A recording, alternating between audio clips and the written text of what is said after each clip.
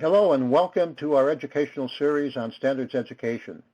The presentation we'll have today is part one of a four-part series.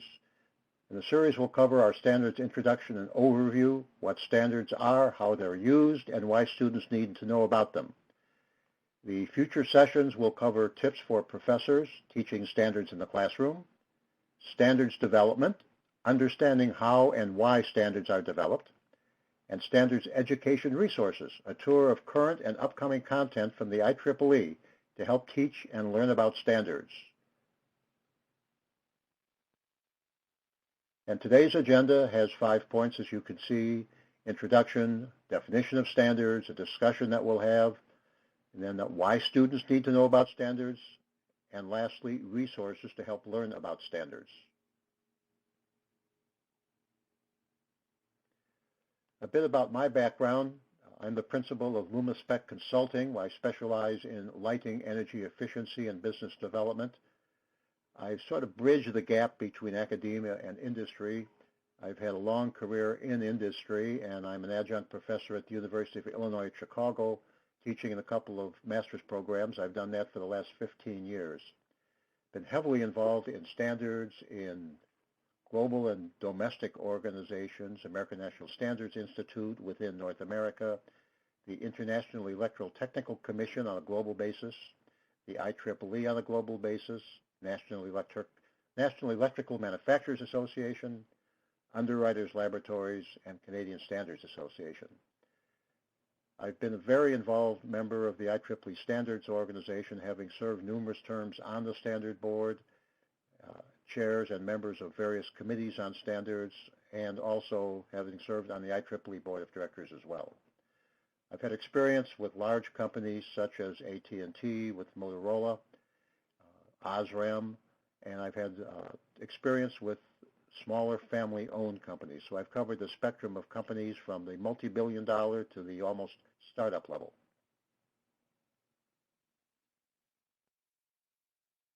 First, a little bit about the IEEE Board of Directors. The IEEE Board of Directors has what we call OUs, or organizational units, and you can see 6 of them on the screen right now. The top 2 are the ones we're going to talk about today, and that's the Educational Activities Organizational Unit and the Standards Association Organizational Unit. Together, they have a combination shared committee called Standards Education Committee. And obviously the title of that explains what it's about. It's about the use of standards in the educational process.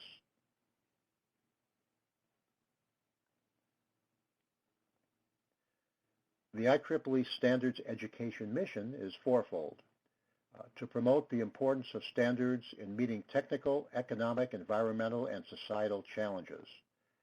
This covers a spectrum: technology, economic input, and recently, in the last 10 years, we've added environmental, and of course, we've always had a societal challenge and responsibility.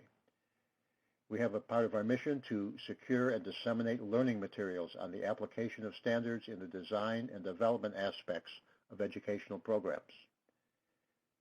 To secure and provide short courses about standards needed in the design and development phases of professional practice. And short courses are very important because the recipients, the audience, can generally squeeze them in at break time or before work, after work, or take a little bit of time off during the workday to do this. It doesn't consume a full day and take you away from your primary work assignment. And lastly, to actively promote the integration of standards into academic programs.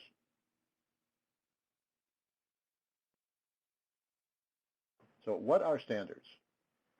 Well, stated simply, standard is a technical standard is an established norm or requirement about technical systems. It's a formal document developed by consensus. And by consensus, we don't necessarily mean 100% agreement.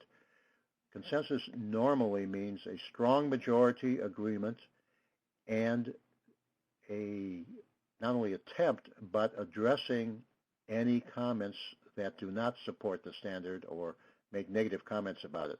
You don't have to change the standard, but you have to address those comments and properly satisfy the commenter on his comment. Among the uses of standards are the settings of specifications in the onset of the design, defining constraints during the detailed design process, and serving as a benchmark during testing. Standards form the fundamental building blocks for product development by establishing consistent protocols that can be universally understood and adopted. Consistency is very important in standards because it leads to interoperability, interconnectability, and all sorts of good things that actually help grow a technology.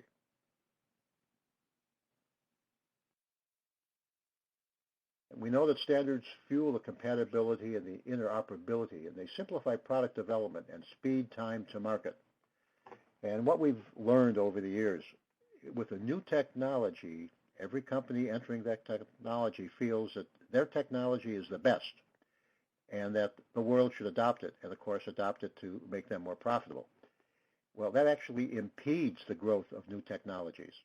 So once we get over that stage, we can move into the stage where industry begins to cooperate, academia, government, all begin to cooperate and develop a set of standards that can be used, as we said, to fuel the compatibility and interoperability of systems. Now, with those standards, we now find it easier to understand and compare competing products because we're all talking about a common baseline. And as standards are globally adopted and applied in many markets, they can help us with international trade because now you can have a common product that crosses borders. As I mentioned, it's only through the use of standards that the requirements of interconnectivity and interoperability can be assured. Standards fuel the development and implementation of the technologies that influence and transform the way we live, the way we work, and the way we communicate. We'll talk about some of the very important IEEE standards and the influence they've had on the way we live, the way we work, and the way we communicate.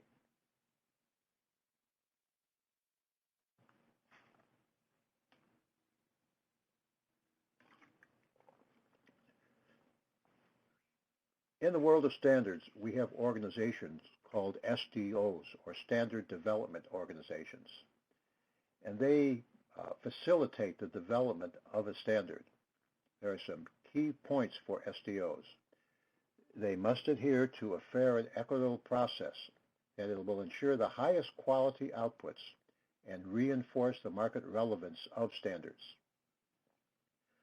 I mentioned some of the SDOs a little bit earlier, the IEEE, of course, the IEC, International Electrotechnical Commission, the ISO, International Organization for Standardization, and many, many others offer what we call time-tested platforms, rules, governance, methodology, and services that combined objectively address the standards development lifecycle and help facilitate the development, distribution, and maintenance of standards. These are credibility. There are well-defined rules and guidelines that absolutely must be followed to issue a standard that bears the mark of one of these well-respected SDOs.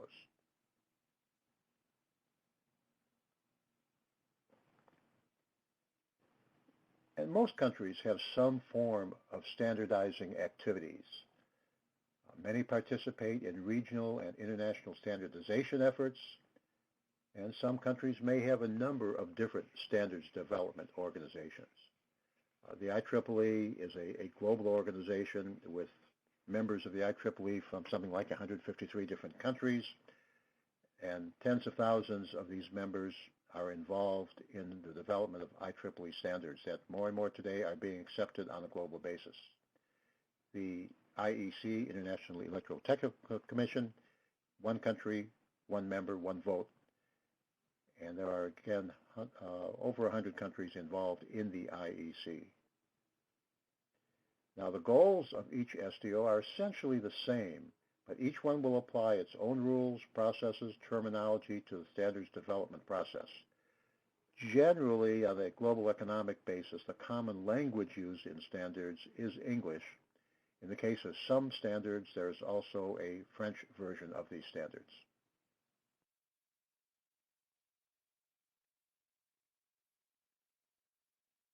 There are over 22 areas of the IEEE where we find that standards are pervasive. They're being heavily used. They address what we'll call a broad spectrum of technologies.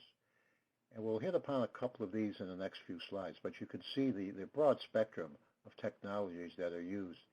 Anything from aerospace electronics to electromagnetic compatibility, medical device communications, nanotechnology, radiation and nuclear, power and energy,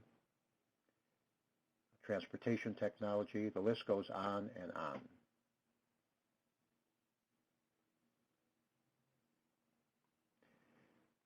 And the IEEE standards improve the quality of life. Anybody here use the internet? Well, without IEEE standards, you would not be able to use the internet on a global basis. You might be able to use it in your own state, in your own country, your own hemisphere, but not on a global basis. IEEE also is heavily involved in safety in terms of administering the National Electrical Safety Code in North America, involved in prediction of maintenance and operation of power systems with the IEEE 3000 series of standards. Even medical, the 11,000 series of standards support medical data capture for real-time remote monitoring of patients. And there are over 100 IEEE networking standards. How about Wi-Fi? Without IEEE 802.11, there would be no Wi-Fi in the world.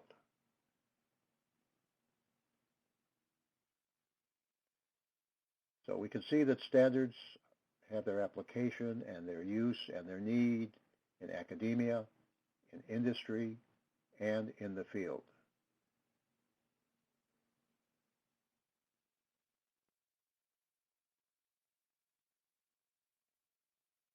And we feel that standards are very important to students, and here are some of the reasons why. Because we know that standards play a key role in engineering, technology, and computing fields. And the knowledge of standards can help facilitate the transition from classroom to professional practice by aligning the educational concepts with real-world applications. All of us as engineers have taken that jump from the classroom to what we call the real world. Some have taken a few delays. Some have gone directly from a bachelor's level degree, some from a master's, and some from a doctorate. And I know in my case, when I entered the real world, I had no background in standards, zero background. So I had a steep learning curve that I had to do in a hurry to learn about standards and how to apply them and what I was doing. And we know that incorporating standards into the curriculum will benefit the students and the faculty mentors as they face challenging design process. And this would be part of the standards knowledge growth base for students. Working engineers use standards in his or her life essentially the professional life essentially every day.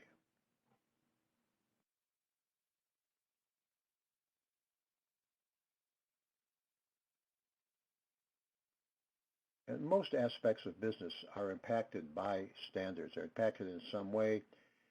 Customers may require that a manufacturing company's products meet specific standards.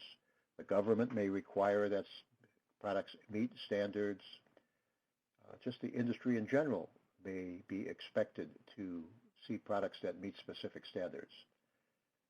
But one of the problems at hand is that most engineering students have little to no exposure to standards in their undergraduate or even in their graduate careers. And an engineer who understands something about standards before entering the workforce is more valuable for his or her company. Sometimes even the inclusion of reference to familiarity with standards on a CV or resume can help a newly graduated engineer get a job. Now, all companies provide on-the-job training, but unfortunately, most of this is focused more on the product technology or the products that are being marketed and sold, and generally has very little content about the standards process and the use of standards. So the engineers find they've got to learn this on their own, or on our own, as I should say.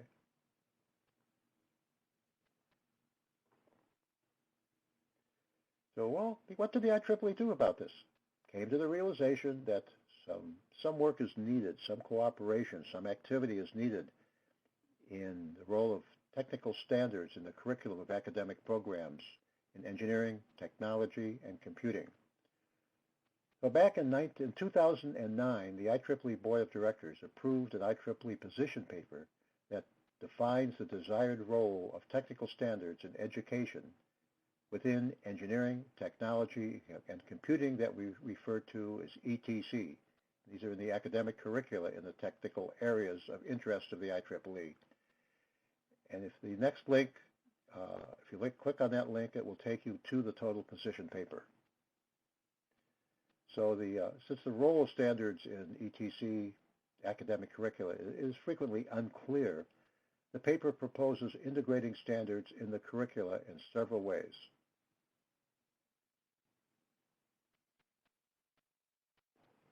First, the IEEE recommends that the exposition to standards by reference be made the norm in all ETC curricula, and this goal be assistance by increased use of textbooks that review and include reference to technical standards in their narrative.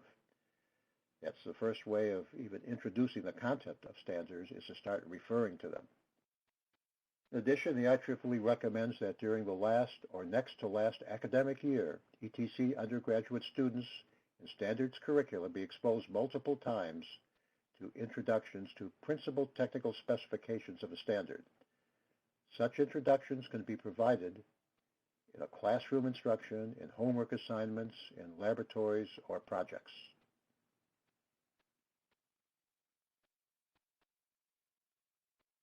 Further, the IEEE recommends that during the last or next to last academic year, ETC undergraduate students be exposed to at least one instance of extensive direct use of a public standard.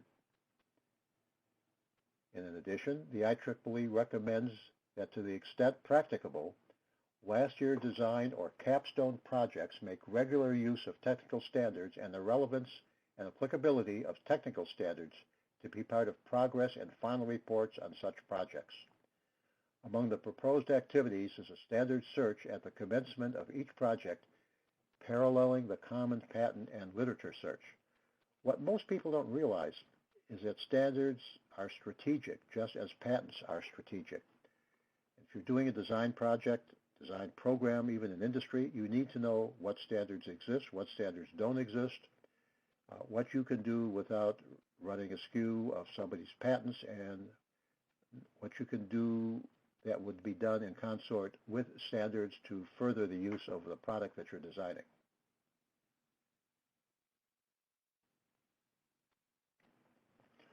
IEEE recommends that during the last or next to last academic year, ETC undergraduate students be exposed to at least one instance of extensive direct use of a public standard.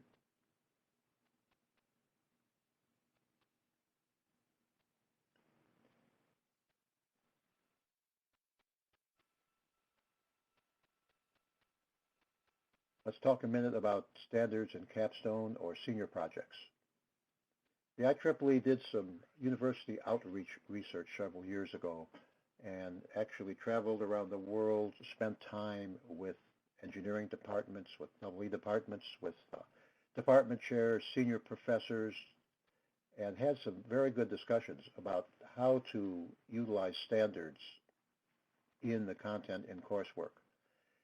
And capstone or senior projects came up as one of the most frequently discussed items. And for many universities, university students, the capstone project is the strongest opportunity to give standards serious attention and to meet the curricular of ABET or IETC or other accrediting organizations. Capstone projects, of course, coincide with the culmination of skills that engineering students have acquired throughout their education. The ideas for including standards in capstone projects might involve investigation of challenges or issues for a particular field or technology, and discussion of a number of good items.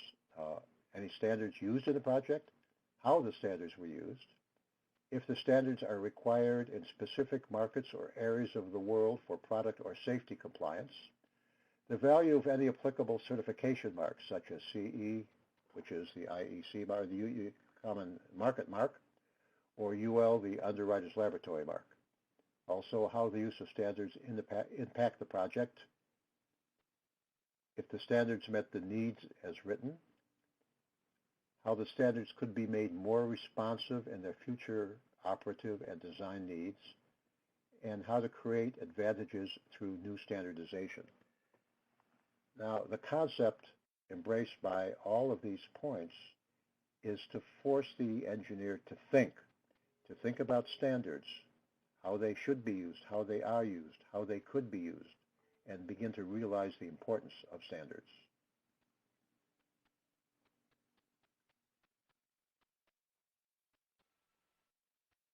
One of the things that the IEEE does through the Standards and Education Committee, it provides educational grants. We offer grants of US $500 per student or for a project, and $300 for faculty mentors to help complete senior undergraduate or graduate projects. The projects may be for design, capstone, development, or research in which an industry technical standard or standards was applied to complete the project. For students participating in the grant program, it's an excellent way to receive extra funding for student projects to learn about technical standards necessary for their career development and to have their final papers peer-reviewed by an IEEE committee. And peer review is very important because it gives credibility to the papers.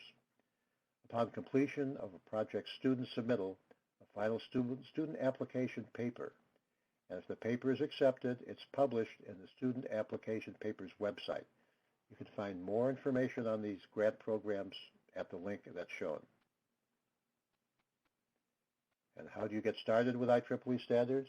Well, they get access to them.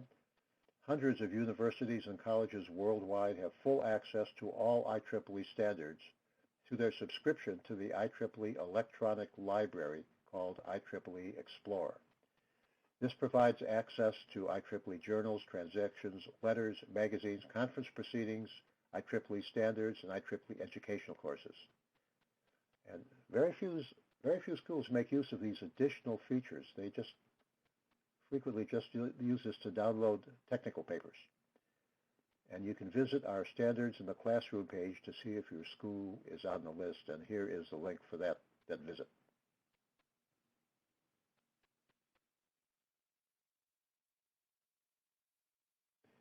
More access to IEEE standards. This is more than you ever wanted to know. The access to IEEE Explore, the access to our academic tier pricing, our select standards at customized packages of standards, and then the IEEE GET program, where selected standards are available for no charge, including IEEE 802 standards. I know they're available for no charge after they've been published for 6 months. Design, automation, and other standards, again, being available at no charge for download.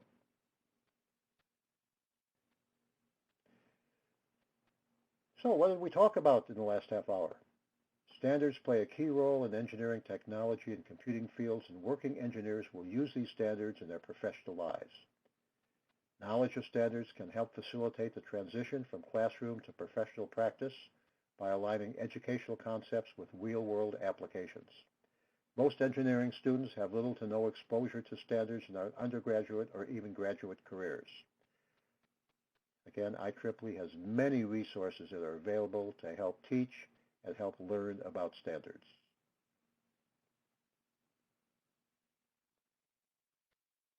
So please join us again as we explore other topics on standards education in this webinar series. As I mentioned in the beginning, the next 3 will be tips for professors, standards development, and standards education resources. And thank you very much for listening and participating in this seminar. Here is the contact information for myself and for 2 of the IEEE staff members should we be of future service to you. Thank you again. Have a good day.